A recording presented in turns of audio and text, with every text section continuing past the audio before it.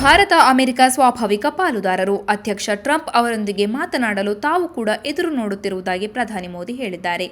ನಮ್ಮ ವ್ಯಾಪಾರ ಮಾತುಕತೆಗಳು ಭಾರತ ಅಮೆರಿಕ ಪಾಲುದಾರಿಕೆಯ ಅಪರಿಮಿತ ಸಾಮರ್ಥ್ಯವನ್ನು ಅನ್ಲಾಕ್ ಮಾಡಲು ದಾರಿ ಮಾಡಿಕೊಡುತ್ತವೆ ಎಂದು ನನಗೆ ವಿಶ್ವಾಸವಿದೆ.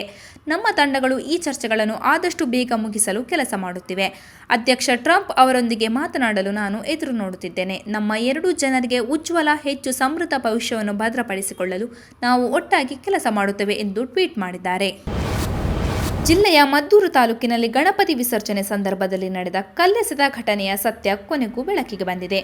ಈ ಪ್ರಕರಣದಲ್ಲಿ ತಮ್ಮ ಸಮುದಾಯದ ಕೆಲವು ಯುವಕರು ಕಲ್ಲು ಎಸೆದಿರುವುದಾಗಿ ಜಮಿಯಾ ಮಸೀದಿ ಕಮಿಟಿ ಅಧ್ಯಕ್ಷ ಹಾಗೂ ಮುಸ್ಲಿಂ ಮುಖಂಡ ಆದಿಲ್ ಅಲಿ ಖಾನ್ ಒಪ್ಪಿಕೊಂಡಿರುವ ಅವರು ಹಿಂದೂ ಸಮುದಾಯದವರಲ್ಲಿ ಕ್ಷಮೆ ಯಾಚಿಸಿ ಸೌಹಾರ್ದತೆಯನ್ನು ಕಾಪಾಡಿಕೊಳ್ಳುವಂತೆ ಮನವಿ ಮಾಡಿದ್ದಾರೆ.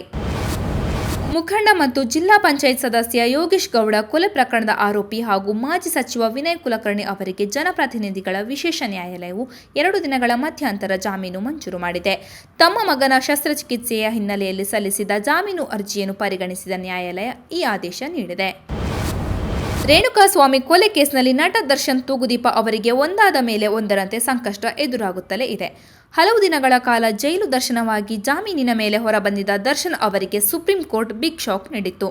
ಜಾಮೀನು ರದ್ದಾಗಿ ಮತ್ತೆ ಜೈಲು ಸೇರಿರುವ ಅವರು ಕೋರ್ಟ್ನಲ್ಲಿ ವಿಚಾರಣೆ ವೇಳೆ ನನಗೆ ಸ್ವಲ್ಪ ವಿಷ ಕೊಡಿ ಎಂದು ಅಳಲು ತೋಡಿಕೊಂಡಿದ್ದಾರೆ.